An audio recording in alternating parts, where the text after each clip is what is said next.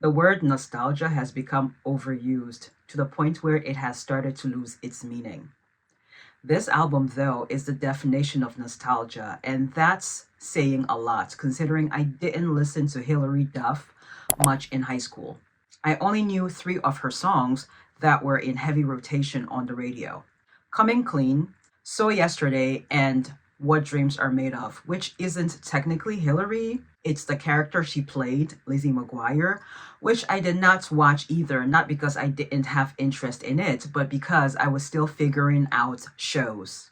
I had just come to the US, and any show I wasn't familiar with prior, like Fresh Prince of Bel Air or Beverly Hills 90210, I didn't pay it much attention initially.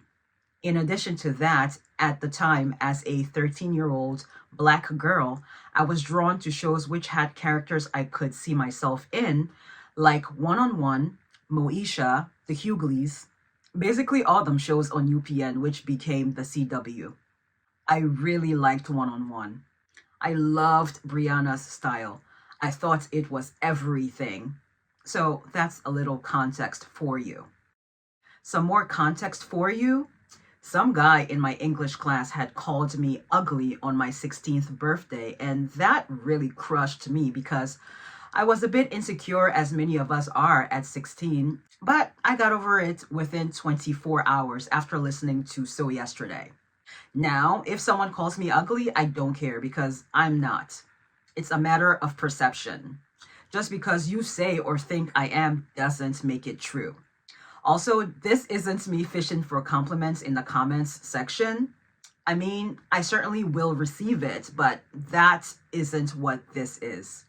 I just had to mention the impact, however small, that Hillary had on my life at that age. Now, listening to Hillary's album and watching all the press she's done in order to better understand the project, because again, I know nothing about her, I can see the draw for her fans. She's very charismatic, both in the interviews and in the music, even while discussing difficult topics.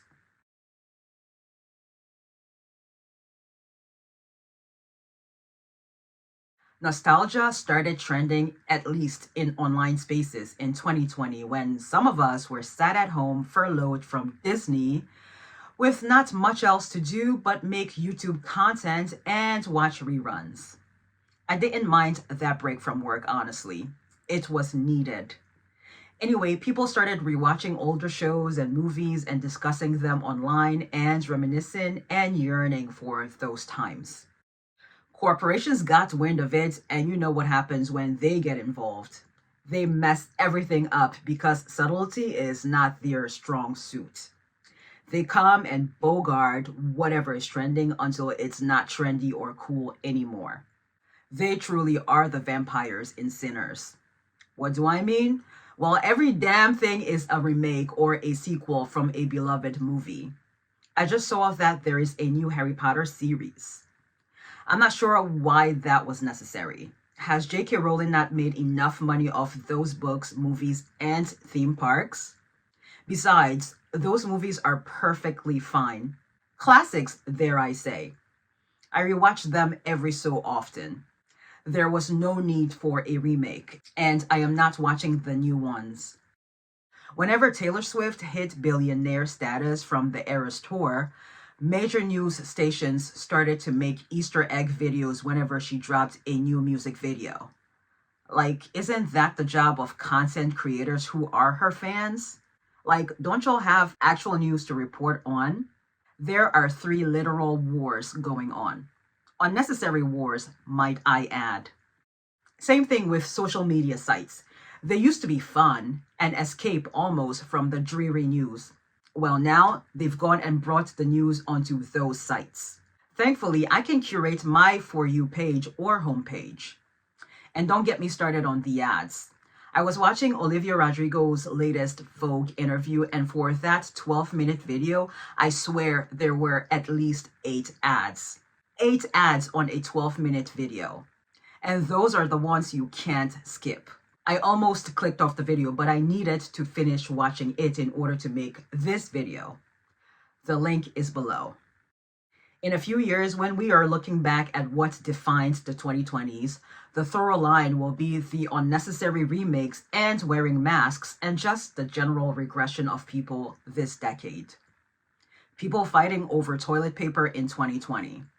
I still will never understand why, of all products, it had to be toilet paper and not hand sanitizer or something, even though that was also sold out for a while there. I say all this to say the nostalgia bait is not happening in a vacuum. Corporations and studios and record labels are trying to cash in on the consumer's desire to go back to the way things were, and it's mostly been falling flat. But once in a while, depending on what the movie franchise is or who the artist is, it resonates, like in the case of Luck or Something. Hilary's first album in 10 years and first time performing in about 18 years.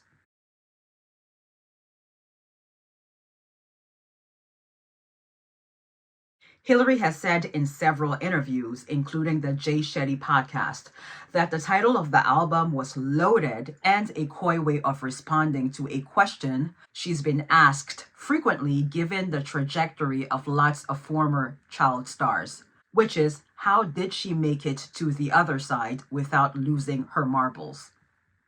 Luck or something. The quote unquote or something portion is the loaded portion because two things can be true at the same time. Maybe it really is luck. And maybe she's also made good choices and learned and grown from her mistakes. You can be grateful for your circumstance while also taking credit for your hard work and creativity. I knew there is a reason why millennials who grew up on Lizzie McGuire were and still are eating up the new songs and performances. I saw a few videos from the Small Rooms Big Nerves concerts she did, and it's obvious that her return to the stage was definitely long awaited. The amount of joy in those rooms was palpable through my phone screen, and that is saying a lot in the age of it being difficult to impress people or hold people's attention for longer than 2 minutes. Also, people couldn't wait to see her do the With Love dance that has been memified. Hilary said it wasn't until this year that she started enjoying the TikToks of fans doing the dance. I started seeing those circulating the internet around 2024 and thought those were hilarious, and not in a malicious way. And that was the general tone of these TikToks. Not malicious, just giving her her flowers and reminiscing. But those TikToks had me wondering, what happened to Hilary Duff? What is she doing these days? Meanwhile, she had been living her life and also been on a TV show called Younger that I had never heard of until now. As I mentioned at the beginning of the video, I didn't listen to her a whole bunch in high school, but I immediately got the 2000s feel on track 1, Weather for Tennis. Hilary said when producing the album with her husband, Matt, she wanted to stay in her lane but make it fresher and cooler, and she succeeded.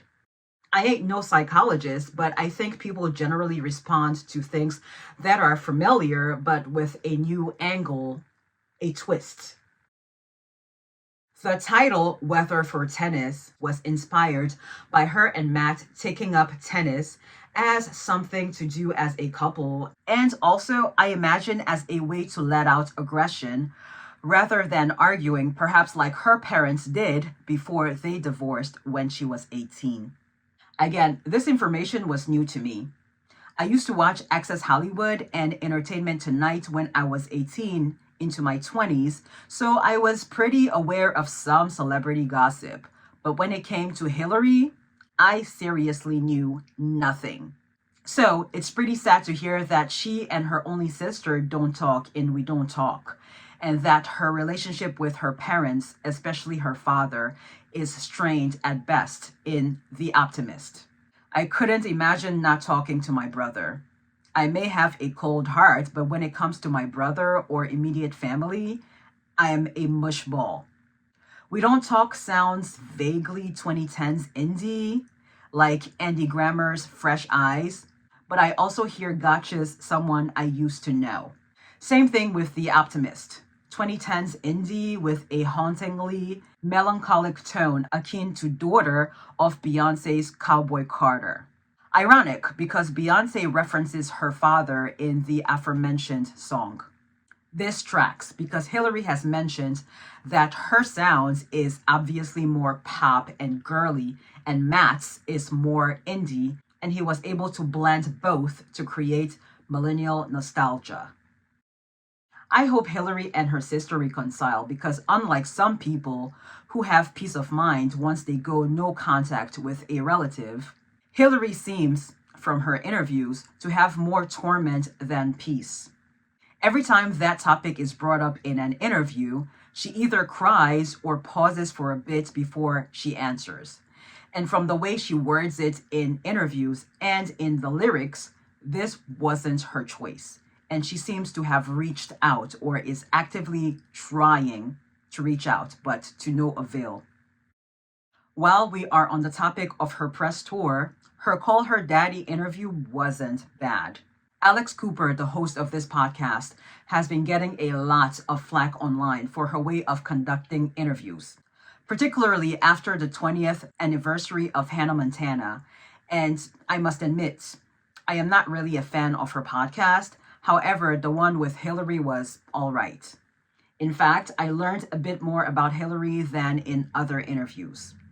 There must be something to a female celebrity of Hilary's caliber being able to discuss certain topics with a female podcaster about her age versus being interviewed by a seasoned, much older male journalist. This is why I watch a bunch of interviews of artists that I'm reviewing, because they could very well mention something in one interview that they don't in another. Since we are on the Call Her Daddy podcast, Hilary mentioned auditioning for Lizzie McGuire and being completely ill-prepared. The lady in charge gave her a second chance to return the next day, knowing her lines, and the rest is history. Likewise, when I applied for the Disney College program back in 2009, I had scheduled my phone interview, which I completely forgot about. The phone wouldn't stop ringing at the time I had scheduled the interview for, and I didn't know why. Maybe about 20 minutes later, I remembered I had an interview and thought I had blown my opportunity.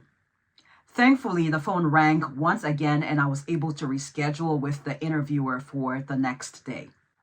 And 2 weeks later, after the interview, I got the email saying I had been hired. Thus, my Disney journey began at the age of 22 and ended back in 2021 because of the pandemic and also because it got old, repeating the same scripts and dealing with the same issues that executives did not want to fix.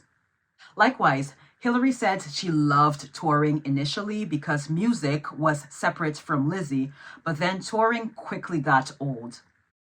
By the way, I have perhaps 3 videos in which I detail what I liked and appreciated about Disney, and also what I didn't like and ultimately caused me to hand in my resignation. I'll link those videos below. Also, although I've only worked in one place post-Disney, nothing will ever compare, and I will forever hold Disney as the standard because it seems like they just did things that other companies are only now catching up to. Quick sidebar before I get back to the album. When I did my second college program with Disney, which is basically an internship, I had this roommate who had worked previously for Coca-Cola for the 2012 Olympics in London because she was from Atlanta and the headquarters for Coca-Cola is in Atlanta. Throughout the program, she would constantly bring up Coca-Cola, comparing it to Disney, and I used to find that shit annoying. Then I got to be that annoying person when I worked at Whole Foods, constantly comparing Disney to Whole Foods. I'm sure once the fascination wore off, my coworkers got sick of me, but I don't work there anymore, so whatever. Back to the album.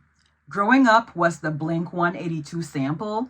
Well, that's what the internet was saying, so I thought. Then I watched the Las Culturistas podcast, and she mentioned it there.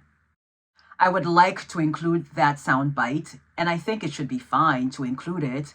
But I got a copyright strike recently, and I'm just trying to tread lightly and avoid any more issues until the strike falls off in 90 days. I'll include it on Patreon, which is a great segue to encourage you to join my Patreon and or my Substack if you enjoy my content already and want more. Back to growing up. In addition to Blink 182, I also hear a nod to Jimmy Eat World's The Middle. Totally headcanon, but that bass line is somewhat similar. In fact, most pop punk songs from the 2000s that I'm familiar with have that bass line. The song was a love letter to her best friend, Hilary said. I also would like to try orange wine because she mentions it in the song.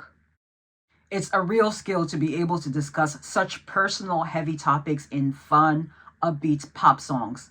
Kudos to her and Matt. Hilary said there would have been no point to the album if it didn't include how she had been feeling all these years. Lots of which unfortunately had to deal with her immediate family and her failed first marriage. The public was already a bit privy to that information, with her being famous since the age of about 12, so why not address it head on rather than be cryptic about it? It was therapeutic for her to make these songs, but she also knew other people going through the same thing, so she knew it would resonate and make her and others feel less alone. Roommates sounds like Taylor's Anti-Hero. Again, just because one artist's song sounds like that of another doesn't necessarily mean it's sampled. The way the music industry is set up now, with a lot of artists working with the same producers, there is bound to be similarities.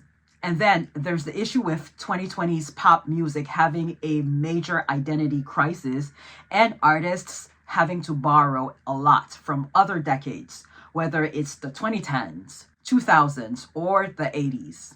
By the way, Hilary was around before Taylor, so she can't exactly rip off or reheat Taylor's nachos, so to speak.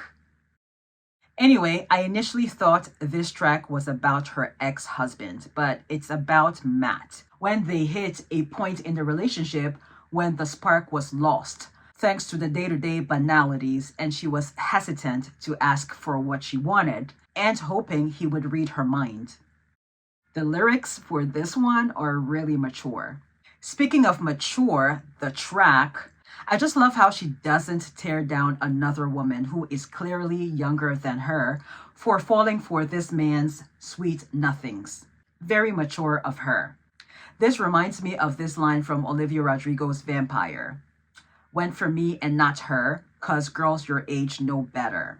This, of course, is my interpretation of the song, but Hilary has said in the Therapist interview that the song is her current self talking to her younger self and reflecting on an experience that she had in a tongue-in-cheek way, which to me is a true marker of acceptance. When you can look back and laugh at yourself or pat yourself on the back for making it through. The butterfly at the end of the music video was a representation of that and a nod to her metamorphosis era. And it wouldn't be a 2020s pop album without at least one 80s synth pop track, Future Tripping, which vaguely reminds me of Cyndi Lauper's Girls Just Wanna Have Fun. Ironic, since Future Tripping is about being anxious about things that haven't even happened yet. On cue with Tom Power, Hilary said the name of the song originated from her night doula, the person who was assisting her with her youngest kid, who at the time wasn't gaining weight.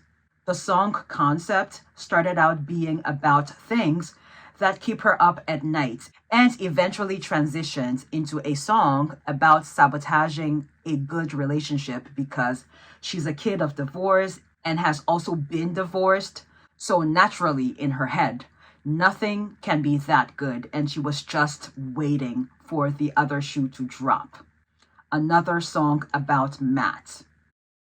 Holiday Party and Tell Me That Won't Happen are also both about Matt. It's no wonder they sound similar. She did say that abandonment is a huge theme on the album. I wonder what that must feel like to hear your wife saying in 4 different songs that she's afraid that you're going to cheat on her. I don't really blame her though. He might be the only family she has, since she and her sister are not on speaking terms and her relationship with her parents are strained at the moment. Even though we are not supposed to feel bad for rich people, I do in fact feel bad for her. I don't know this woman, but she seems unproblematic. I hear traces of Taylor's Out of the Woods in adult size medium, the last track on the album. I like that the last line of the song is the album title. Full circle moment. This is seriously a great album. The dichotomy of it being reminiscent of my teen years, but also very grown up. Brilliant. Now, if only Ashlee Simpson could have a comeback as strong as Hilary. Next week, I'll be discussing Madison Beer's album, then Ray, Doja Cat, and Olivia Rodrigo. Stay tuned. Be sure to also check me out on Patreon and Substack, and check out this next video.